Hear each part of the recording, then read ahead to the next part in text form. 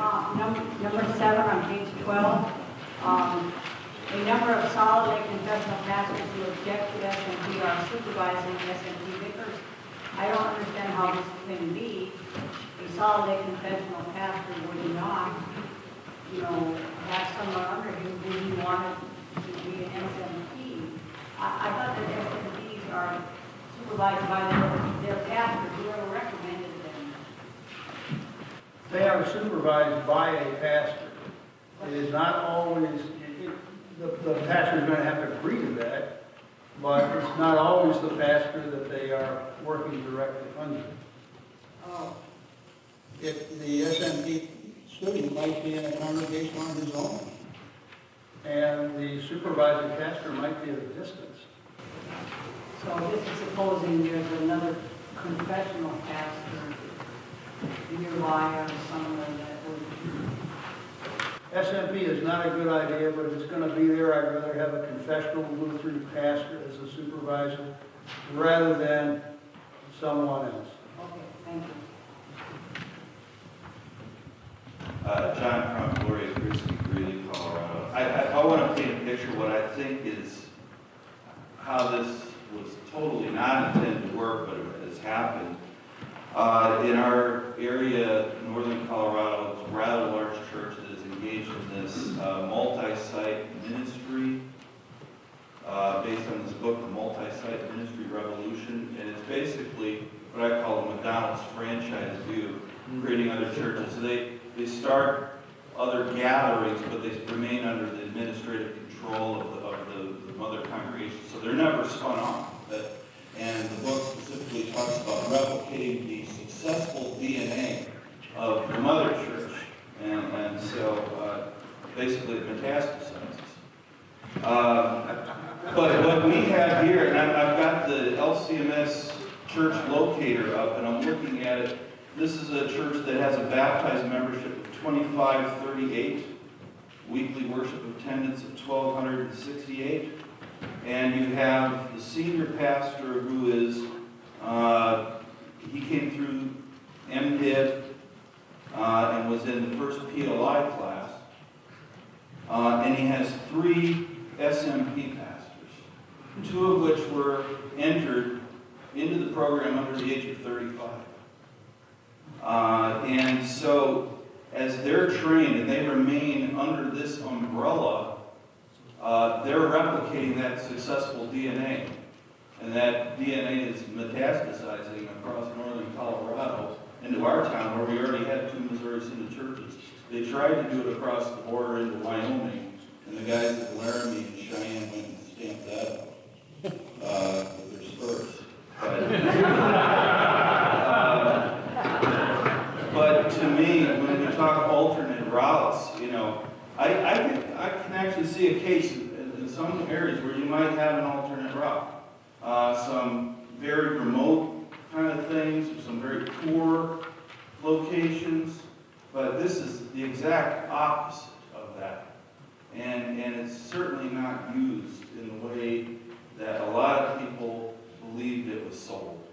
It sounds like that pastor is trying to become the bishop of his own diocese. Yeah, completely. Would you permit me to just ask or insert something here real quick? How many were delegates to the National Convention in Missouri? Is there anyone else here? Yeah. Do you remember that President Burley told us pretty specifically that Which one? What's the other? What's that? Which one? This last one. The flag. That he actually said that it was unfortunate the way it was sold to the Synod because it wasn't correct as to how we intended to use it, which is now being used as it was intended to be used, but it was never sold that way to the Yeah, Synod. I think I know what you're talking about. Yeah, and I was floored by that. And it means that it was misrepresented by his words to the Synod as a whole, which is unfortunate. Robert Bates, former student of yours.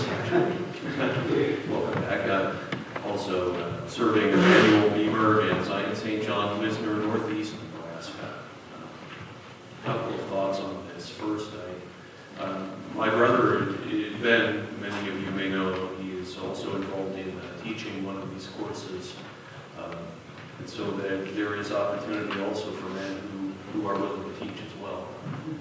I don't know anything about that. You'd have to talk to somebody else who knows more about that.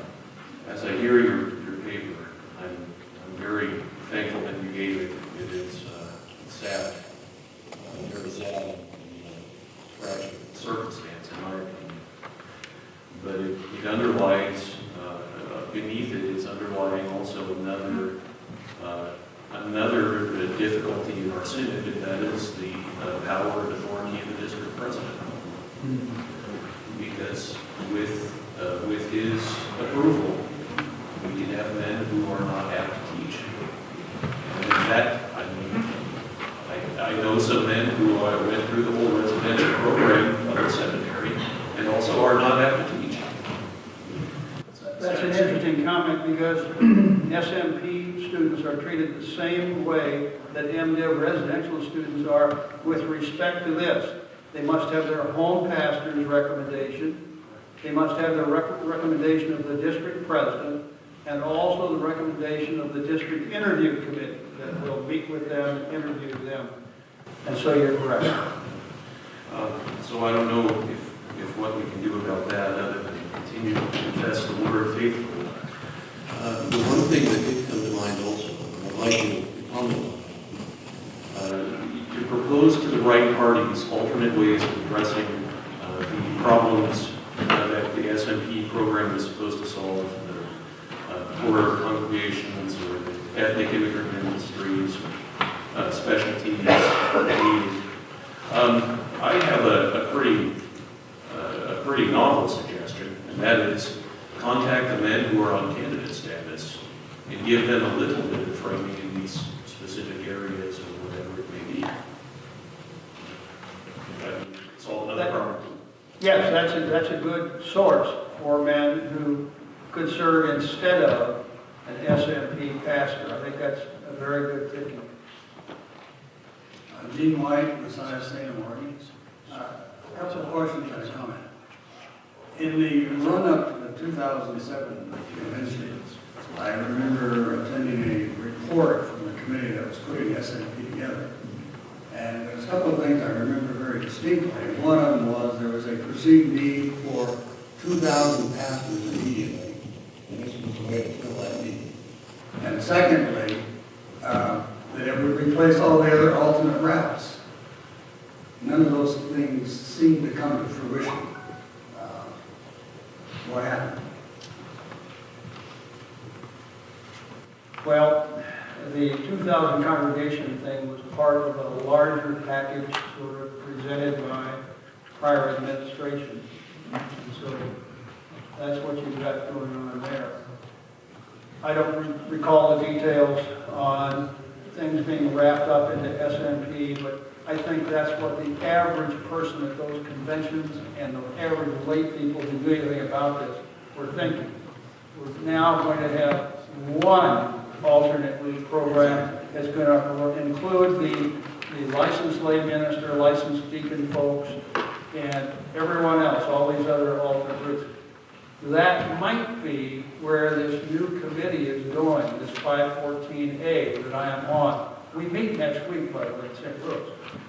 And that might not be a bad direction to go. We really do away with some uncertainty. I mean, how much do any one of you know about the ECMP and the MCPC, and how much do you know even about the Deaf Institute of Theology and so forth? So if we could get those things together, that would at least simplify some things there. Another comment too, if SMP had expressly said that resolution, we are melding Delco in, but this will also be the end of the lay ministry programs. I don't think it would have passed. But that was the way it was sold. Yeah. But I mean, I think district presidents had some legitimate interest in all of the programs they had, established over the years. Northwest District of Michigan, or a couple of the earlier ones, and the big ones and so forth. I think it would have been in the best interest of the church that those were wrapped into this. But I'm not sure if folks from those districts that had those would go along with it if they were. Okay, thank you. My comment was to re-emphasize the importance of the apt-to-teach provision and how especially important that is. I was a young convert to Lutheranism at the age of 21, okay? And my second congregation, I had an MDiv pastor who could not teach and did not teach at that congregation. And it was just a disaster. Now, it's funny, we spend a lot of time talking about call and ordination, rete vocatus, but often we sort of forget the biblical qualifications that underlie that. And if aptness to teach is not a part of rete vocatus, I don't know where it goes. Because it's the assumption, it's what's there underlying that this man is now ready to become a pastor. Dan Freeman, East Lutheran Church in Chehalis, Washington. I recently became aware of what seems to be another alternate route that you did not mention. I was wondering if you might have any information and shed some light. There have been at least a couple of men ordained to the ministry after completing some sort of training at Concordia University in Irvine. It's being at least colloquially called an Irvine seminary. Any information on that? I do have information. That is the ECPC and the MCPC program. They are run out of Irvine. So there is a deployed professor from the St. Louis Seminary, plus others that travel there to run this program. The longtime professor from the St. Louis Sem, who's in charge of this, is now the speaker of the Lutheran outlet, Greg Schultz. But I think that's where this is coming from, and I wouldn't quite be ready to call it the Seminary of the West or anything like that. Thank you. Yeah. Glenn Pompey, Lincoln, Nebraska. I would humbly submit that the SMP program does not exist because of a pastoral shortage or pastoral need. It exists to promote a theological agenda. Plain and simple. You have outlined very, very well and very, very clearly the theological shortcomings. And then you offer the advice to be patient, write an overture, send a letter or a petition. How well did all those things work after Wichita in '89? And the error got deeper and deeper and deeper to the point where we are now. If SMP is theologically wrong, then it is time for the people of God and the Lutheran Church Missouri Synod to stand up and repent and say, we were wrong, we're going to do something different. And so I would hope that the people who are hearing this and the people who see the report would be moved to that same kind of conclusion. In Nebraska, we've had a lay leadership task force for a long time. We have had scores of confessional pastors that have volunteered to teach classes for free. How many of us have taught? None, because it is completely controlled by the powers that be. They do not want us in there because they don't want these guys taught confessional Lutheranism. That changes the whole dynamic because they're promoting a theological agenda. And I think it's just time that we follow the advice of Luther in the Heidelberg Theses. A theologian of the cross calls a thing what it is. This is what it is. Thank you. What does specific ministry program mean? What does specific mean? Specific means that there is supposedly a specific task that this pastor, vicar and then pastor, is supposed to do. Youth ministry, nursing home ministry, or whatever it is. Now, The difficulty is there really has never been a definition of what all these specific ministries are. And so that leaves an awful lot of room for ambiguity, a lot of latitude to say, well, you know, this is a specific ministry over here. And was it intended to be something specific within a congregation? It could be within a congregation or a mission start, who knows what else. But I think that has not been defined. I think that's one thing this 514A committee is going to work on. I would encourage that, because my understanding was that it was something specific to the congregation or the mission, you know, the area where this person could not leave to go to do the residential training. It would somehow impact that ministry there. Okay. Now that's interesting because that was the understanding in Delta, where Delta, you couldn't get into the program unless it was determined that you could not leave.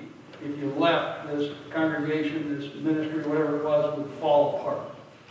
But that's how specific was related to us for this SMP program. And I guess the follow-up to that is, I had an individual who came around looking for some congregation to sponsor him as an SMP congregation. And I wasn't the first stop, and I wasn't the last stop either. But obviously there didn't seem to be anything specific other than he needed somebody to sponsor. There's got to be a relationship first. I don't think there'll be admission without some relationship. Some pastor just can't go shopping for a congregation, a pastor who's going to be your mentor. I have a question with regard to the selection of pastors to mentor SMP. Is there a criteria that Fort Wayne Seminary follows? And is it a duplicate criteria that St. Louis follows? I can't answer for St. Louis. At Fort Wayne, there is no criteria for selection other than you are a pastor of the LCMS and you are willing to take on this man who is under your authority now, what is the layman, in the program. So when the word confessional is used in regard to a pastor, it just simply is attaching it to an LCMS pastor, assuming they are confessional. No, because we actually do have men who would be right here at this conference, it's a little closer, who are recognized confessional LCMS pastors. And they become a supervising pastor because they have some relationship with this man who is going to become an SMP pastor. So I would rather have them supervising the SMP guy than someone else. Well, I understand what you're saying, but that's not necessarily a criteria. No. You would like to have it, but it Oh, doesn't absolutely. necessarily. We are teaching and catechizing some of the pastors who are not so confessionally grounded. Drew Newman, pastor of Trinity Lutheran Church, webmaster, ACELC, and all around the Gopher. As I was listening to your paper, which I very much appreciated, the one thing that struck me is the fact that we are here because we are trying to address errors in the Synod. I picked up in your paper that you are not entirely happy with the way this thing is going, and I suspect there are a lot of people in our Synod who feel the same way you do. And I guess my plea would be to the people here and to the people around the Synod, we need more people to stand up and say what the thing is, instead of just sitting there and going, well, we'll let you take care of it. And, you know, we've existed for, is this 4 years, 3 years? We have 25-member congregations. I know everybody's not ready to be there, but you know, I hear about people in the Synod who say, yeah, I really appreciate what you're doing, but they don't stand up and they don't have the intestinal fortitude, shall we say, to stand up and actually say, this is the way it is. And the more people we can get to do that, perhaps we can actually get an audience and get something accomplished. Larry Feld, pastor, St. John Lutheran Church in Denver, Iowa.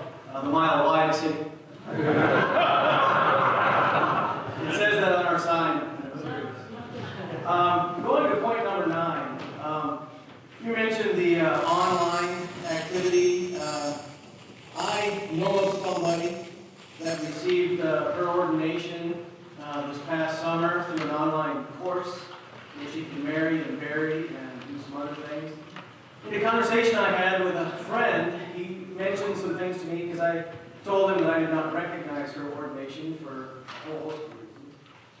But he said some things that I think caused me to take pause, and maybe I'll bring some of that here. And he said, well, how do you know that her online courses weren't good or sufficient? Or how do you know this, or how do you know that? And I just told him that it was ridiculous to think that anybody could serve as pastor with that kind of ordination.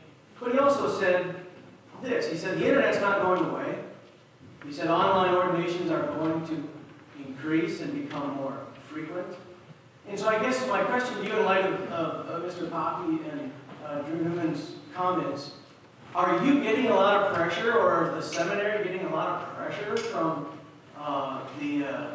people to get into this and stay into this? I mean, I saw the vote at the convention, but the circle that I run in, I mean, we're against it. I mean, there must be a lot of people. Right, no, I understand that, but if the online thing is the way of the future and the SMP supposedly is the way of the future, I don't get it. I think we do need to stand up and speak out against it, but will there be more online options from our seminaries? Is that the way things are headed? My guess is there will be more online courses, probably not enough to do a full year or anything like that, but to be able to take a few courses before you get to the seminary actually might be encouraging to some students. They might say, I will take this course online and see if I think I would like to study theology, God's Word. And if they say yes, then they come. But, unfortunately we live in the world, instead of always just simply out of the world in Christ. But with the world, distance education is just everywhere. This online education is everywhere. I think it's one of the worst vehicles for pastoral formation. I just don't see how, when I get on my microphone at 4 o'clock in the afternoon, one Thursday to talk to my SMP students who are out there in my class, I just don't see how that's the same thing as sitting around having a beer or just yucking it up and, talking theology and so forth. It's just not there.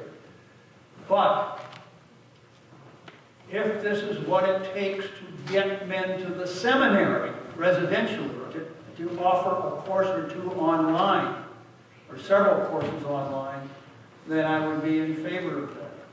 But I never want to go the way Luther Seminary went, which is almost totally online with regard to MDiv. One group, at least, is that way. You have a short question? Short one. Yeah. So I'm Paul Flo from St. Louis, Missouri.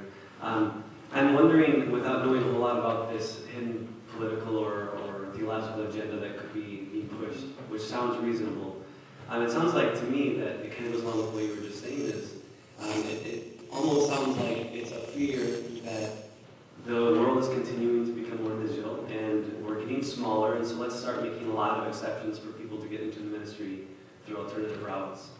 And so my question is basically, what is the balance to keeping kind of the LCMS high standard that we have and keeping a little bit of a separation from the cultural norm, but at the same time adjusting to the world around us and making things more accessible without going down the slippery slope of going completely digital or something like that?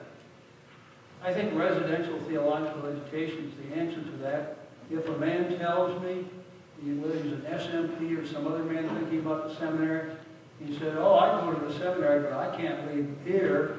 I've got a wife with a good job, I've got kids in a good school, and things like that.